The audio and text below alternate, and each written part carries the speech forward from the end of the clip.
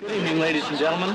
I'm Mike Nesmith, and on my left is the delightful and charming personality, David Jones. Thank you, Mike. No sweat. And on my left is the charming and delightful Peter Tork. Thank you, David. And on my charming and delightful is the left moderator, Nikki Dolans. Thank you, my charming panel. Here we come, walking down the street. We get the funniest looks from everyone we meet. Hey, hey, we're the Monkees, and people say we monkey around, but we're too busy singing to put anybody down. We're just trying to be friendly. I'll come and watch you sing and play. We're the young generation, and we got something to say.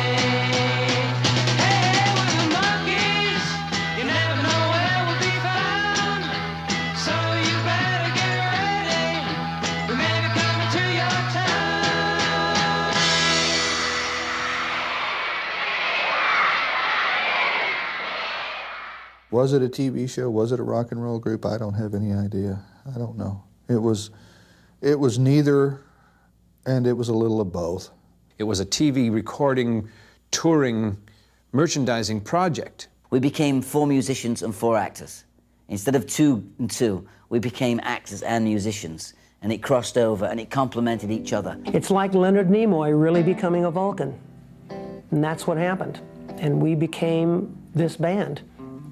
And that's the amazing story, I think, behind the Monkees. Hey, hey, mercy, woman, plays a song and no one listens. I need help, I'm falling again.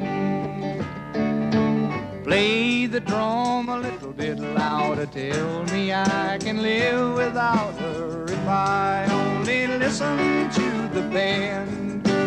Listen to the band.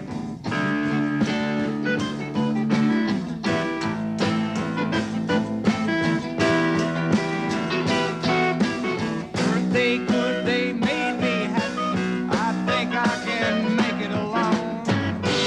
Oh, mercy, plays a song and no one listens. I need help, I'm falling again. Play the drum a little bit louder. Tell me I can live without her if I just listen to the band. Listen to the band.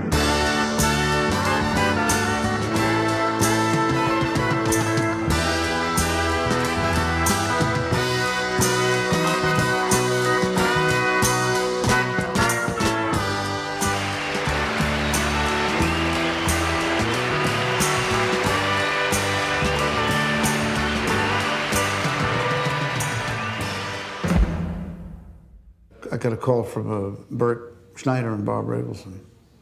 Basically, they said, look, we want to do a show that's sort of an American kind of Beatles.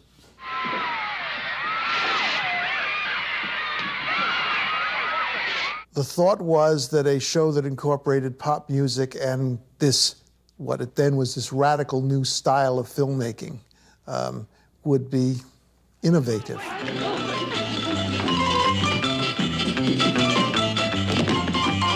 We just try to make them were there 4 Monkees? Yeah. 4 footloose, you know, improvisational, zany guys. Here we go, walking down the street. We had the funniest looks from everyone we meet. Would this have been a hit had they been called, you know, the Aardvarks? Probably. I said, that's the most stupid name I've ever heard. That's your first mistake. The other mistake is not getting guys who are like in a band already.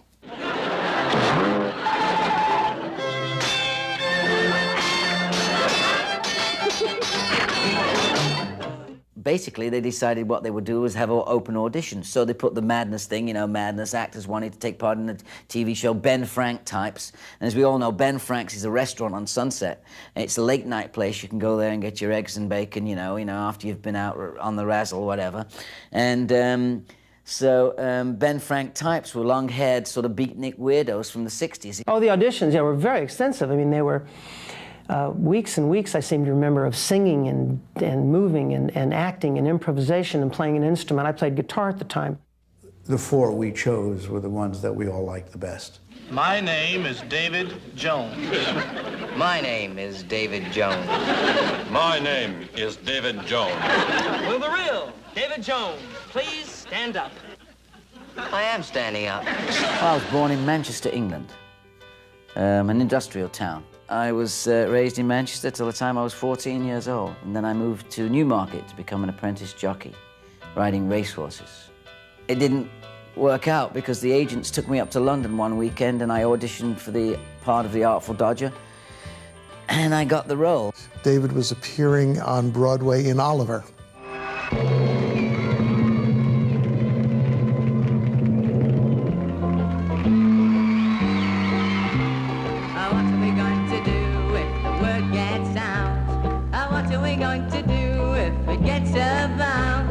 What are we going to do if your dad finds out we're in love? Well, what did your sister say when she saw us kiss? What have I got to pay so she won't talk about this? So what are we going to do if your dad finds out we're in love? They've been saying wait until we're ready. Well, Screen Gems got hold of me, and they decided that they wanted to find a vehicle for me. I came to California with Ward Sylvester. We were going to establish a solo career for him. I've offered you my Love and Spoonful collection, my Bobby Dylan records, my Blind Lemon Jefferson records, and this prize of my collection, Bobby Darin Sings His Bank Book. Throw in the stones. Okay. Let me see that. Davy Jones sings. And then the monkey thing started to develop, and I was just perfect for that, you know. That was sort of like rock and roll, so they finally find a vehicle. When they were going through all the screen tests that they had, they started calling me the guy with the wool hat. I said, yeah, well, bring Woolhat back. Let's see Woolhat again. This is H.L. Nesmith. He owns a small spread in southern Texas.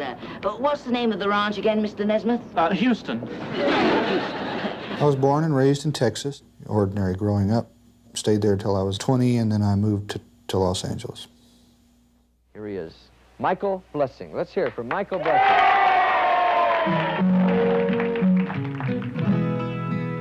I chose the name Blessing out of the telephone book, and I didn't find anything in the A's that I liked.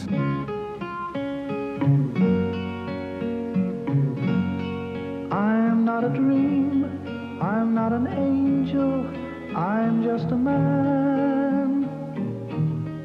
You're not a queen, you're just a woman. Hold my hand. We'll make a space in the lives we both had planned. And here we'll stay until it's time for you to go.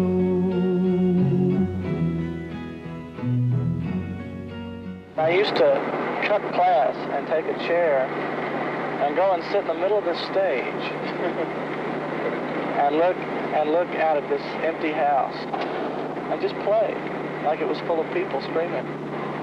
And I kept thinking to myself, someday.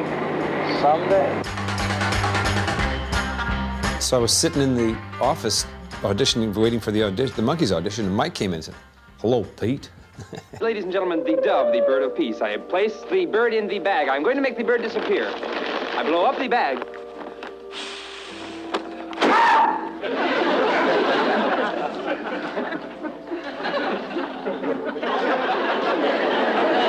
Well, I believe my parents when they tell me that I was born in Washington, D.C., February 13th, 1942. Yeah, I flunked out of college for the second time. And my father said, well, what are you going to do? I said, well, I think I'll go to New York to seek my fame and fortune. I didn't find it there. There wasn't any there.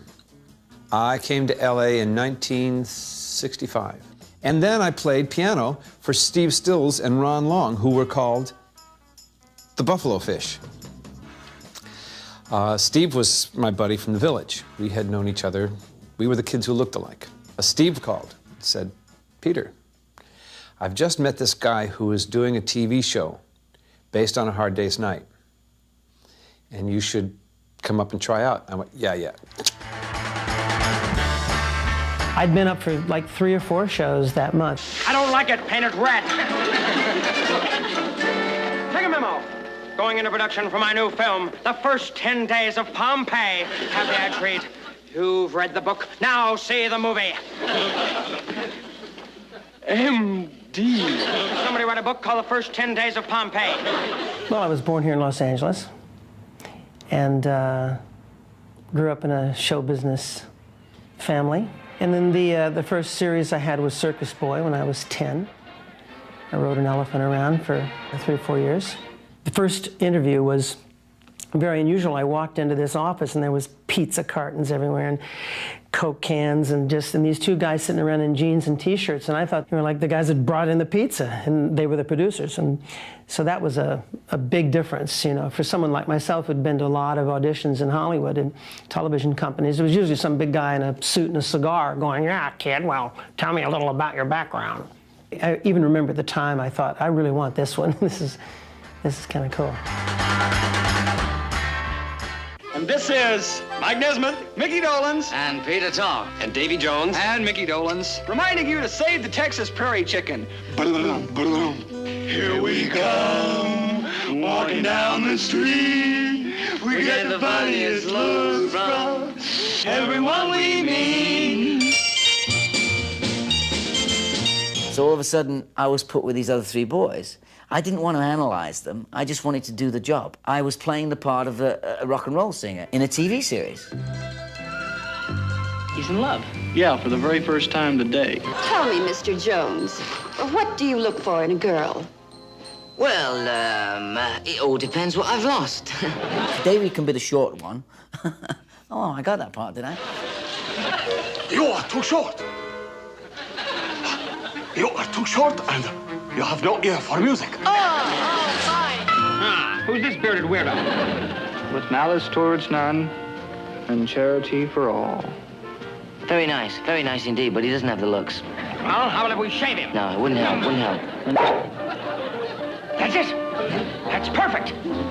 That little wave of hair and the little green hat sitting casually cocked on his head. Mike was kind of a Will Rogers kind of a character. A jug of bread, a loaf of wine, and thou beside me in the wilderness. Oh, Peter, you've quoted the most beautiful poetry I've ever heard. Does that mean we can go out together tonight?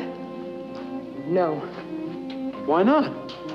Let's face it, man, you're a sissy. Well, I was just me, the hero, the dummy.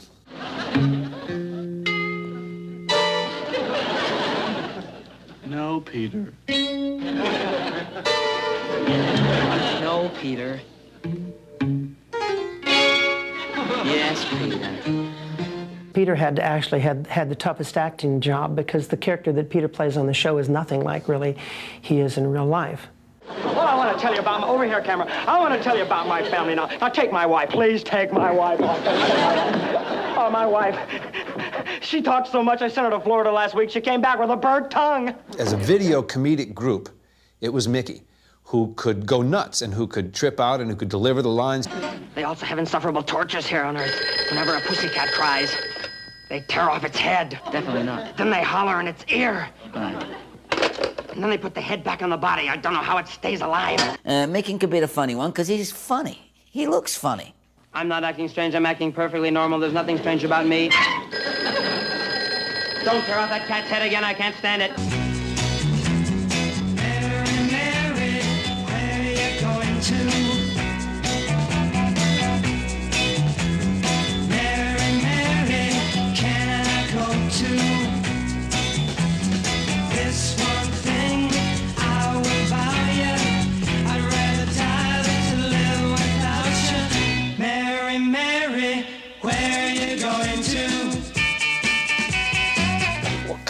Who ever heard of a drummer singing?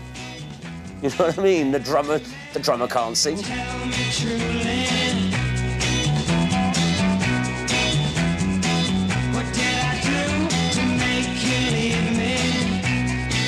Mickey got the drummer's part because they asked for a volunteer, and Mike, Peter, and myself took one step back, you know, and there was, oh, I guess you're the drummer.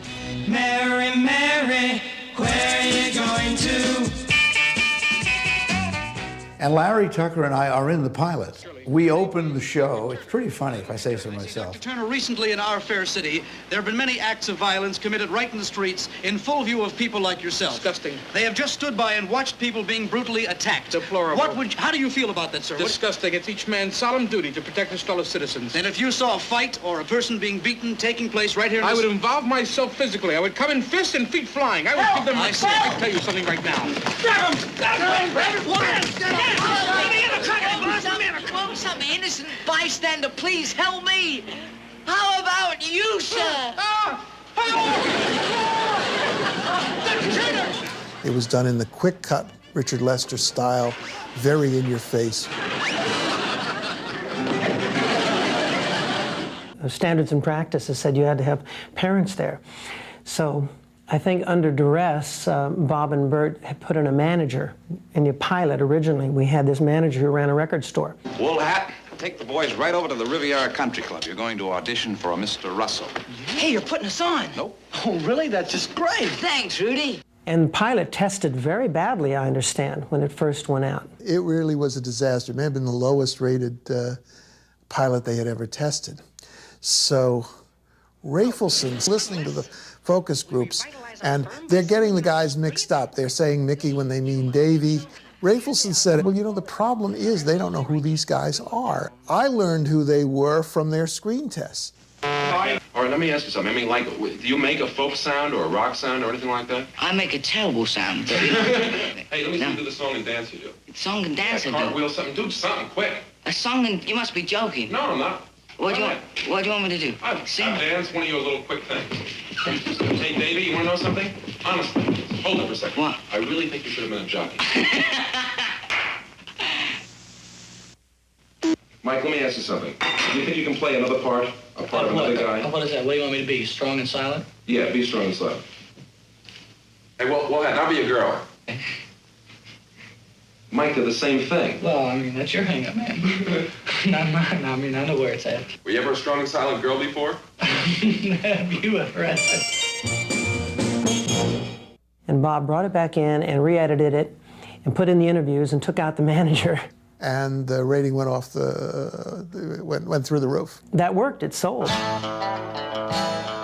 Once upon a time in the land of Kirshner. My job basically was to pick the songs, get a song in each show, and I became the supervisor of the music, the albums, and I had creative control on the entire project.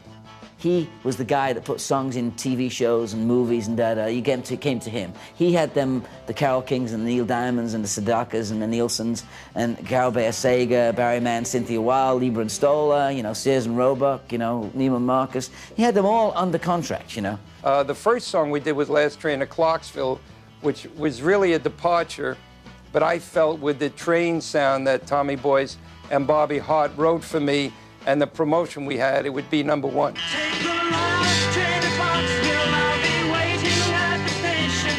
We'll have time for coffee-related kisses and a bit of conversation.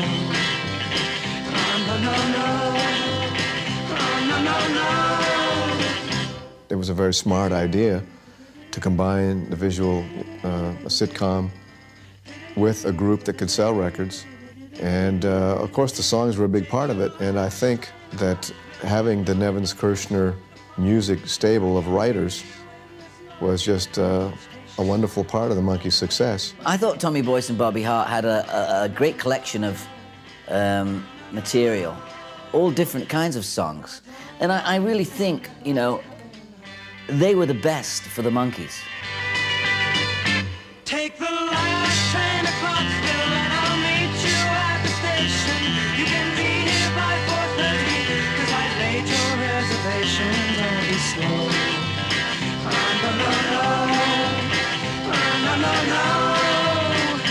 And I don't know if I'm ever coming home.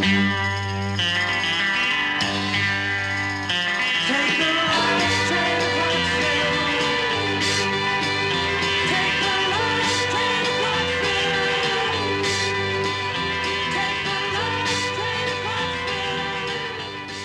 Mickey Dolenz and I were sitting outside our house in Beverly Glen, and all of a sudden, Last Train to Clarksville came on.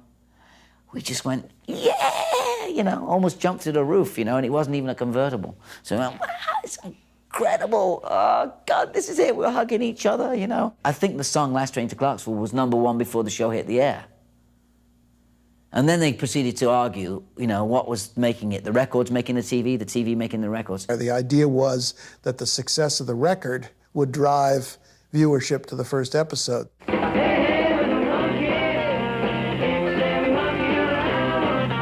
Man, they're the most. Man, they're the Monkees. Take the wildest ride of your life with the world's zaniest string quartet. Swing with the Monkees at 7:30, 6:30 Central Time. The Monkees was a television show about a group like the Beatles.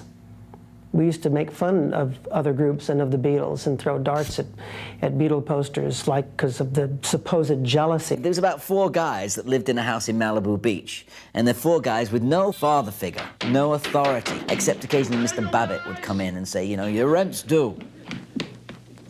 I am kicking you out.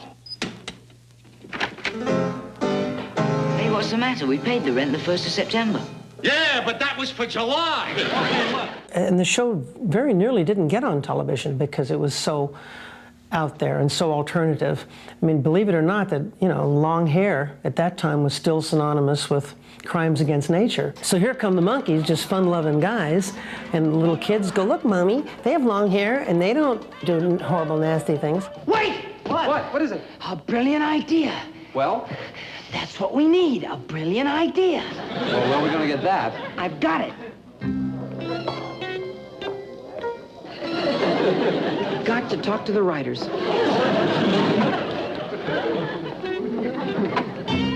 Hi, fellas. Listen, we need an idea for the show, you know. Gotta be something fast and groovy and hip and everything, you know. Can you do it? The guys who wrote the stuff in the early days, they wrote a lot of very conventional kind of comedies. And then they turned us loose on them. We had to go and spend a night in a haunted castle, or we had to spend a night working in a restaurant, or whatever it took to do it to pay the rent. A toy factory needs unskilled help in an unessential job requiring no training or no experience. Hey, Peter. I apply for a job, or the Peter Tork character, there is some difference here, applies for a job and is interviewed by a machine. Your name, please. What? Thank you. Last name, Watt. And your first name, Mr. Watt. It's not Watt. Not Watt. Mr. Not Watt Watt. First of all, you got my name wrong. Correction. Name misspelled. Please give correct letter. Well, Correct letter is I. Name is not Watt, but Nitwit. Brother is also a nitwit. Now, just a minute. That will do, nitwit. Test complete. Interview ended. Application rejected. I like that whole, you know, so I'm sort of like a romanticist, you know. I like the idea of that, you know, the swashbuckling one, you know, where I'm fencing on the table, you know, and doing all that. You know, I see myself as sort of like a pirate, Errol Flynn type.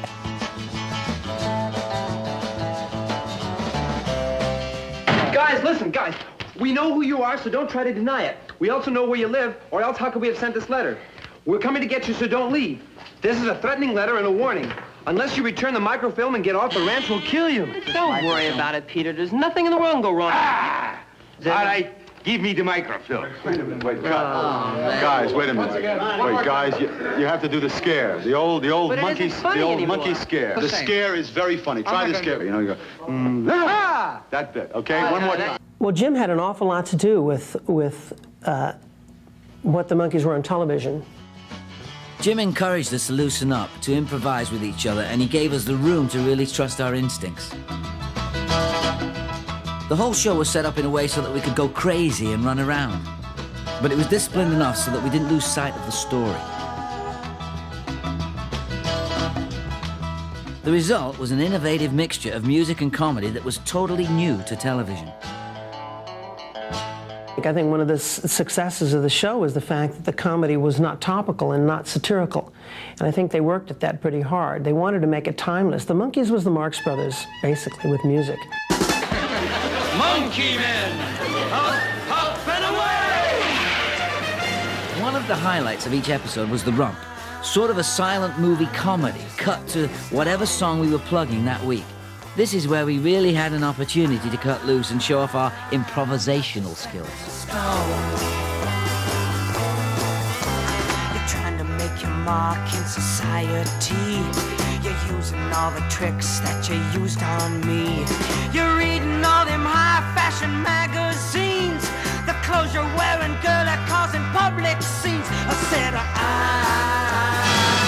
not your stepping stone.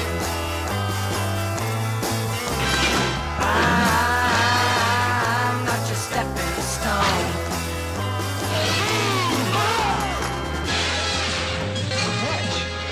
Not your stepping stone.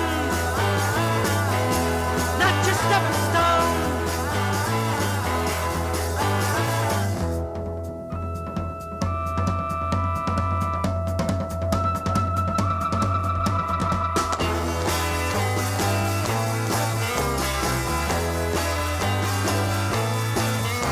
When I first met you, girl, you didn't have no shoes.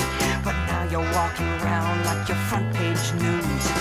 You've been awful careful about the friends you choose. But you won't find my name in your book of who's who's. I said, I'm not your stepping stone. I'm not your stepping stone.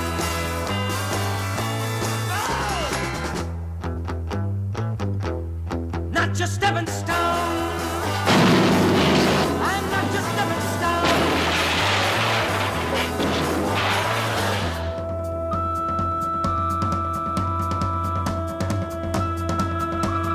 Not your stepping stone. Not your stepping stone. Not your stepping stone. Not your stepping stone. No, girl, I'm not your stepping stone. Not your stepping stone. Not your Hey, you can fly. Who, Peter? No, speeding bullet's much faster than that.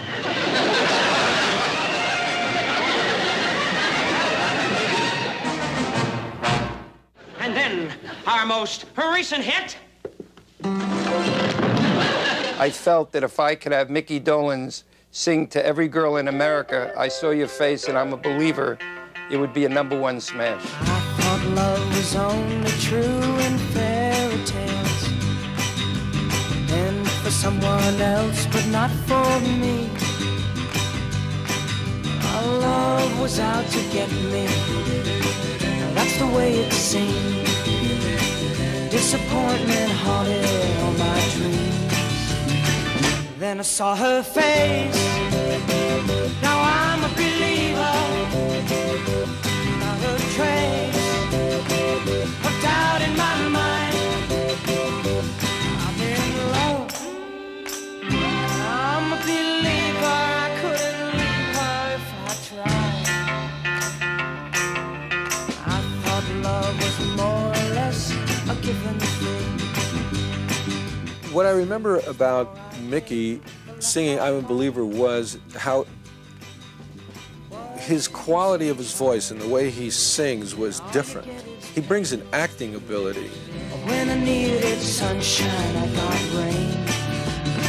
Oh, then I saw her face. Now I'm a believer.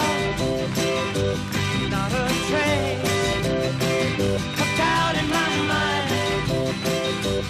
I'm in love.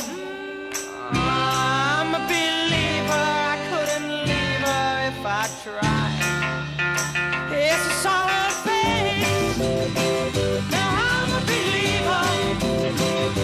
Not a trace of doubt in my mind. Said I'm a believer. Yeah, yeah, yeah, yeah, yeah.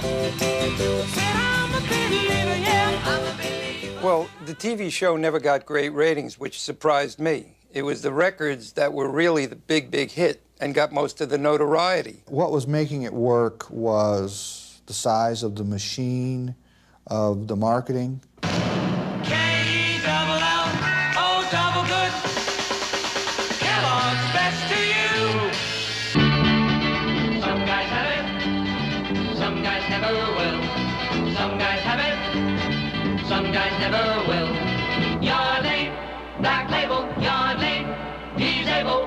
enhance the whole scene when you splash on Yardley Black Label, the new aftershave that's really out of sight.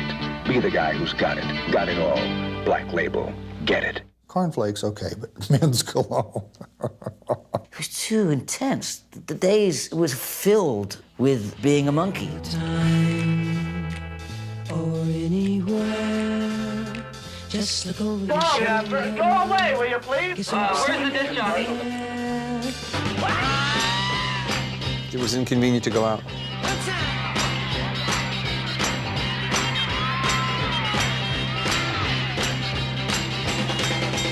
Hollywood, the winner is the Monkees. To the Monkees, who really won the award. Thank you. Hey, we're the Monkees, and people say we monkey around, but we're too busy singing to put anybody down. So it's hard to believe Davey seems to have time for everyone and time to do everything. He's just plain fantastic. But not as great as this guy. Mike's the quiet monkey with the drawly, groovy voice. And you have to understand, if you get caught, it's not like you're a human being anymore. It's like you're a souvenir. And they don't care what part of you they're going to take home. They're going to take home some part of you. And it's not just clothing we're talking about either. We're talking about eyes and wisdom teeth and whatever they can rip off.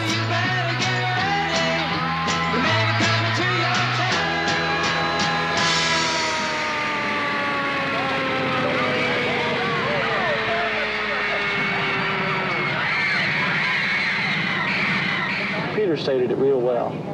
Your life when you go out on the road turns into an endless tunnel of just limousines and airplanes and hotel rooms. And then all of a sudden there's one brief period of light, and that's when you walk out there on the stage.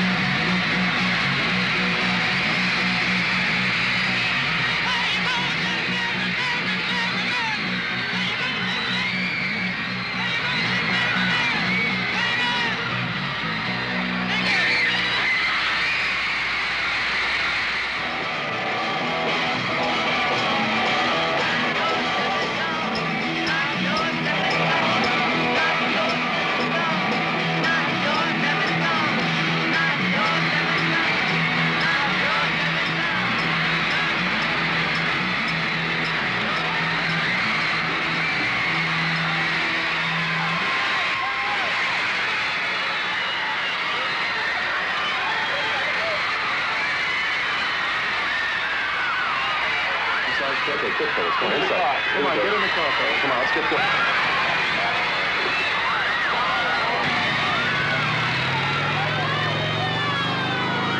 Let me ask you, if you really found out that none of us could play a note and couldn't carry a tune in the bucket, would you hate us? No. No? Why is that? Well, because you're putting people on pretty good if you don't. That's great. We were backstage, and it's like 2 minutes before we're supposed to go on. And this guy walks up, and he's got a reporter, you know, like that. And he goes, I'm standing with my guitar over my back. And he walks up and he says, is it true that you don't play your own instruments? I said, wait a minute. I'm fixing to walk out there in front of 15,000 people, man. If I don't play my own instruments, I'm in a lot of trouble. When that whole Monkees is the prefab, don't play their own instruments controversy blew up, which was pretty big noise for a while. What we got from all of the young pop rock wannabe, would-be musicians was that the Monkees had no right to be where they were as far as their music went. The studio musicians made their music, they didn't write it, they didn't perform it, one of them sang, it doesn't count, it's not real, it's bogus. It didn't matter if it was the Monkees or Elvis Presley or Frank Sinatra, everybody cut the same way in those days. There was always, studio musicians would go in and do the tracks, and the lead singer would come in. Nobody played their own music. The Mamas and the Papas didn't play their own music, they had people playing it. I was guilty because we were fake, I thought. I actually think that people believed there actually was this, that like Laverne and Shirley, the Monkees actually all like lived in some house on Laurel Canyon or something and hung out together and like wrote songs together. 1, 2, 3, 4.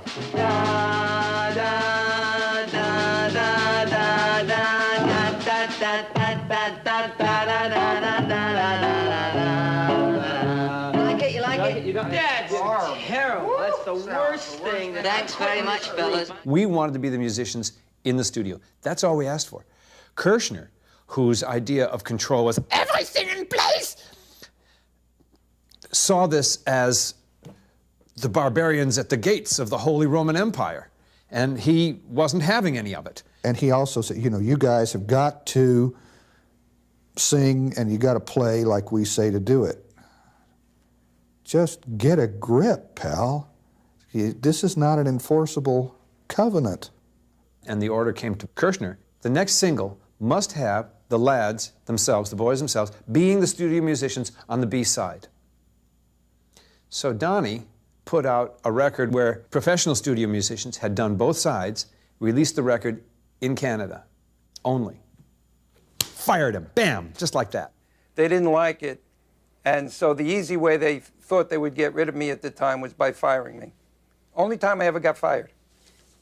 And we did manage at that point to wrest the control of the records and what was going to be released and what was going to be recorded and all that.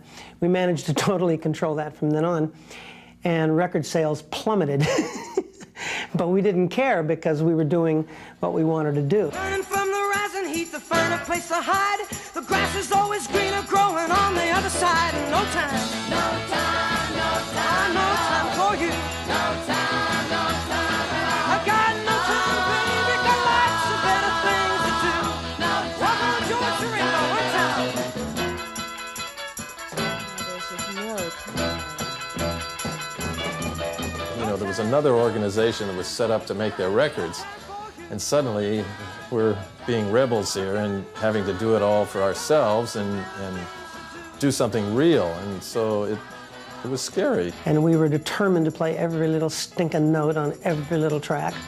No time, no time, no time, no time for you. No time, no time at all. I got no time, baby, got lots of better things to do. No time, no time at all. Try to tell the world somehow how I feel. Tell me what you said again, I can't believe it's real. No time, no time, no I got no time for you. No time, no time at all. I got no time, baby, got lots of better things to do. No time, no time, I got no time. No time, no time, I got no time. No time for you, I got no time. No time, no time, I got no time. It wasn't until headquarters came out that there was really a basis for the Monkees' music, and then it went on from there. And it did better and better, I thought. Just a loudmouth Yankee, I went down to Mexico. I didn't have much time to spend, about a week or so. There I lightly took advantage of a girl who loved me so. But I found myself thinking when the time had come to go, what am I doing hanging round? I should be on that train and gone. I should be riding on that train to San Antone. What am I doing hanging round? Pleasant Valley Sunday is probably my favorite of all the Monkee tunes, on the whole. It just had everything going for it. Pleasant Valley Sunday I first heard as a wonderful demo by Carole King, and I felt it needed an intro, so I kind of made this thing up that went with it, which I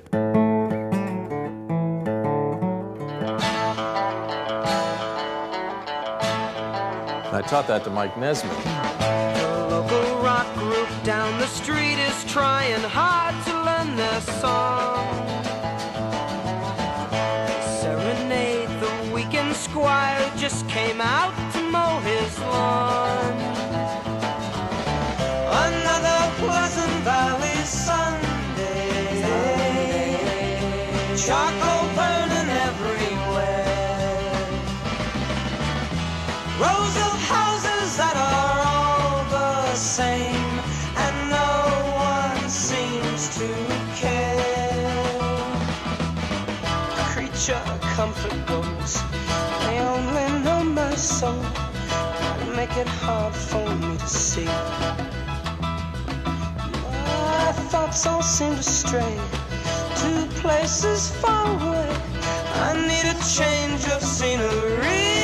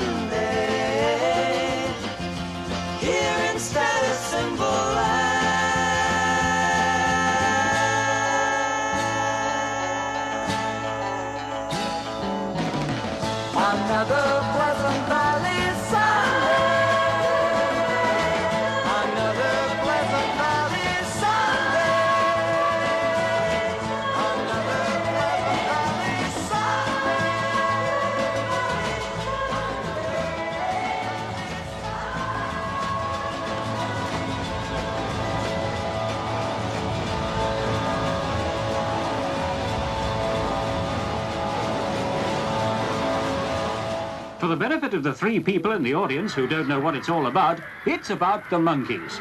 4 young men who flew into London to perform in this country for the first time. Mickey, Davy, Peter and Mike. Just arrived from Paris. The people say we monkey around, but we're too busy singing to put anybody down. Seems reminiscent of Beatlemania. Thousands of kids going crazy to get near them. Think they've all gone monkey nuts. We've got something to say. We asked them if they take drugs. Not yet. Coffee. I drink coffee. That's about the worst drug that I take. I took aspirin once. Destroyed my head, and it provided me with a lot of inspiration, too. I'm going to write a song in the next called... I have a real problem that I get high on one-a-day vitamins, you know? So anything else really wastes me. I drink chlorine with a Drano back. X-Lax does it to me. Around His Casket was a song I wrote in England when I was there on tour, and it was quite simply about my experiences there. She's a wonderful lady and she's mine, all mine, and there doesn't seem a way that she won't come and lose my mind. It's too easy humming songs to a girl in yellow dress. It's been a long time since the party and the room is in a mess. The 4 kings of EMI are sitting stately on the floor. There are birds out on the sidewalk and a valet at the door. He reminds me of a penguin with few and plaster hair. There's talcum powder on the letter, and the birthday boy is there. Why don't you cut your hair? Why don't you live up there? Why don't you do what I do, see what I feel when I care?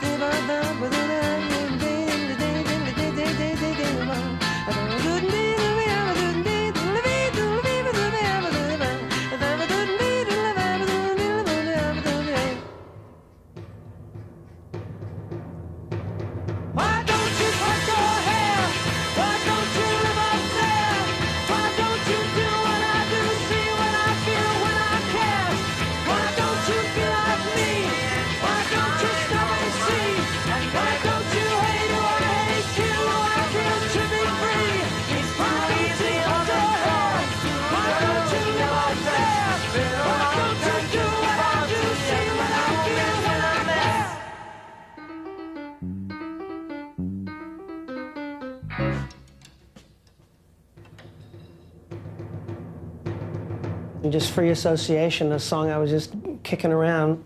References to the woman that was going to become my first wife, Samantha. References to the Beatles. You know, the Beatles liked them a lot. They're very warm. I mean, they were very warm guys, and still are, some of them. And somebody set up for me to meet Paul McCartney, and that was going to be the big Monkey-Beatle meeting. You know, Monkey meets Beatle. And I brought an autograph book. I was just like, we just had a great chat, and I was thrilled. Well, I was told that John Lennon said, the Monkees are nothing like the Beatles. They're more like the Marx Brothers. Which was right, we were. They admired us very much for the ability to go into the studio and make television day in and day out. And he walks on stage and he starts playing the guitar with his teeth. And I said, hey, that's the guy that plays guitar with his teeth. And just simultaneously, by coincidence, we needed an opening act for the tour. He was opening in front of us, and of course, you know, he walked in to the beast.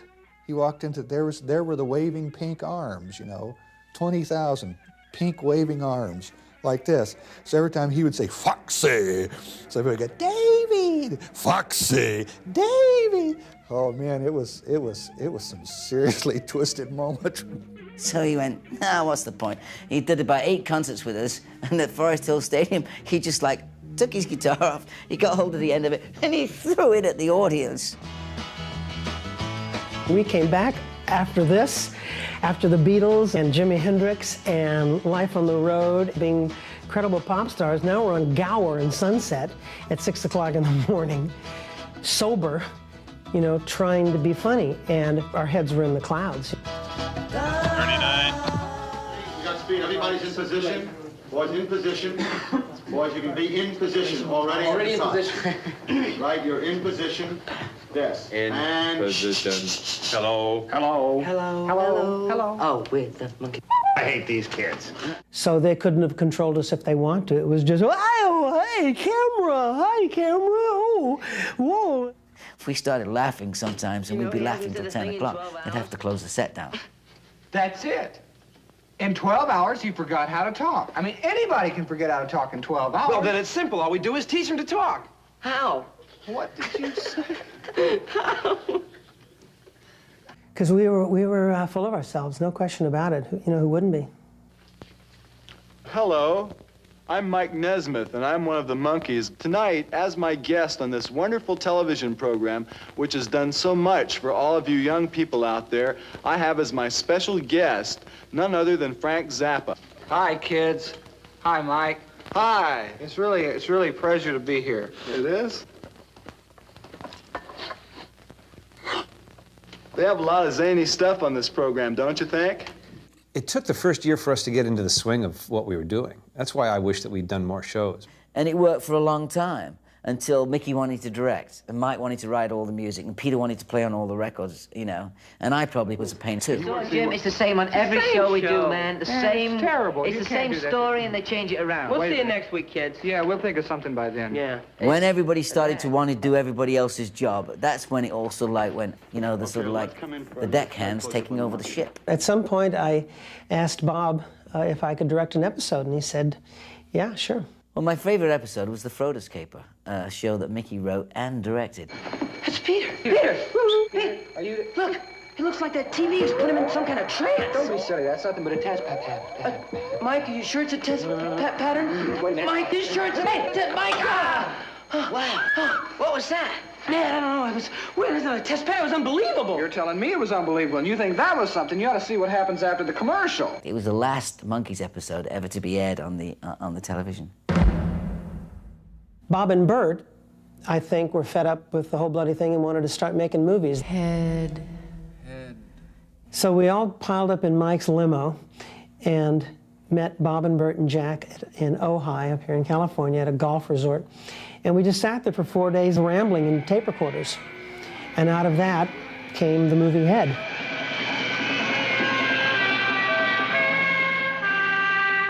When we set out to make Head, the movie, we decided that the last thing we wanted to do was to make a 90-minute Monkee episode.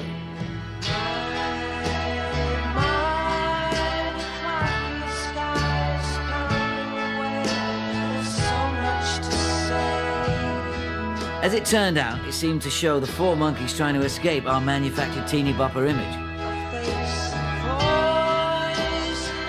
It was a surreal and somewhat experimental look at where we fit into the media landscape.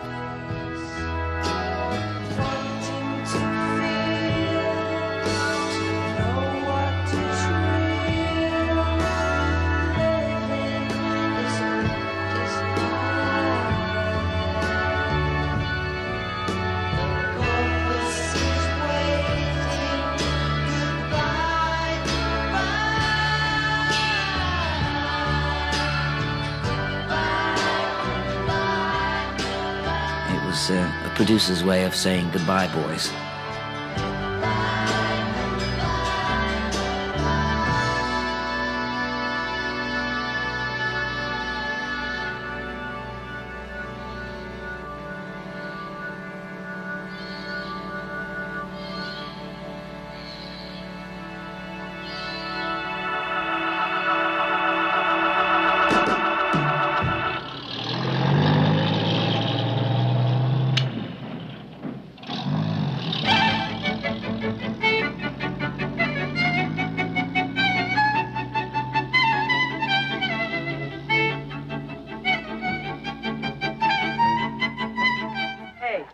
Come on, get up, lady. You're not dead. Hey, lady, come on, get up. Stop acting. Hey, what is this?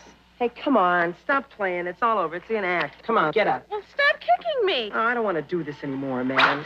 Oh, these fake arrows and this junk and the fake trees. Bob, I'm through. Oh, it stinks, man. Hey, well, Mickey, wait a minute. Well, Mickey, wait a minute.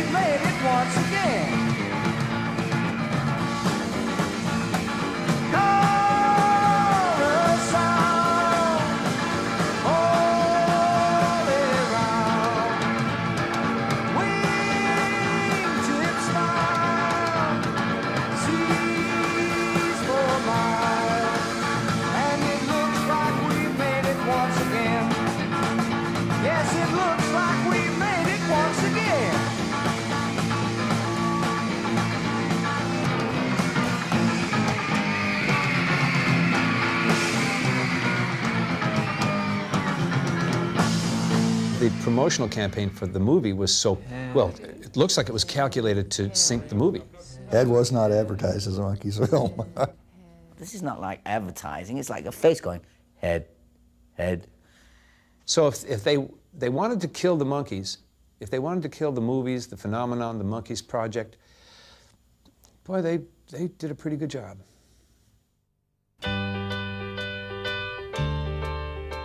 I'd like the Monkees remembered for exactly what it was. A television show about a group, and the members of that, the cast, shall we say, the cast of that television show actually did pull it off. It's one of those things that just kind of happens every once in a while, and nobody really understands why. And I don't. We did play, we did perform, we did make music, and we've made music recently. It's not like we weren't anything. We weren't nothing, we were something, we weren't nothing. Even now, I hear the songs on the radio, and people say, hey, I heard Daydream Believer on the radio. Hey, I Believer was on the radio. I mean, there must have been some sort of something to it. Oh, I could hide neath the wings of the bluebird as she sings. The 6 o'clock alarm would never ring, but it rings and I rise, wipe the sleep out of my eyes.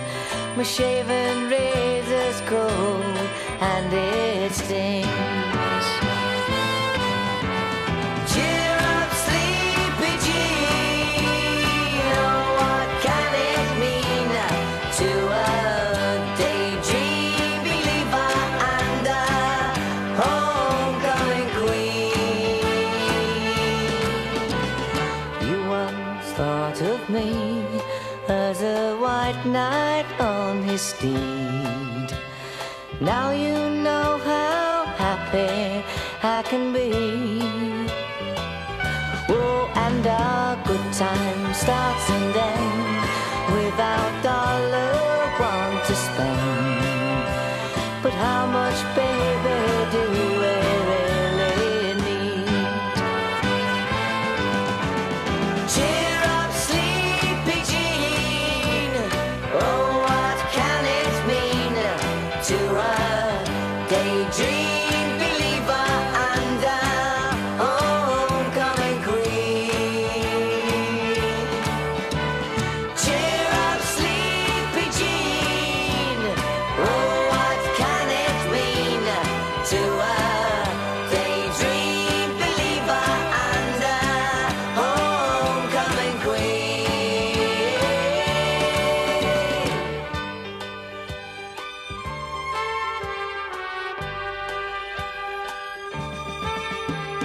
Cheer up, sleepy Jean. Oh, what can it mean to a daydream believer and a homecoming queen? Cheer up, sleepy Jean. Oh, what can it mean to a daydream believer and a homecoming queen?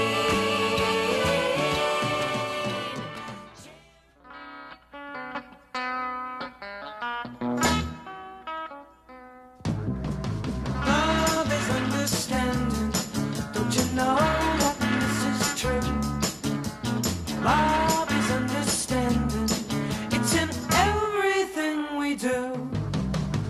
In this generation, in this loving time, in this generation, we will make the world shine. We were born to love one another. This is something we all need. We were born to love one another.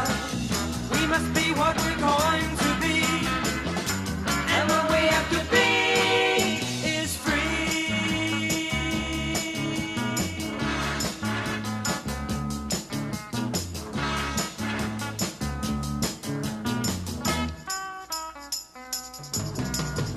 In this generation, in this loving time, in this generation, we will make the world shine.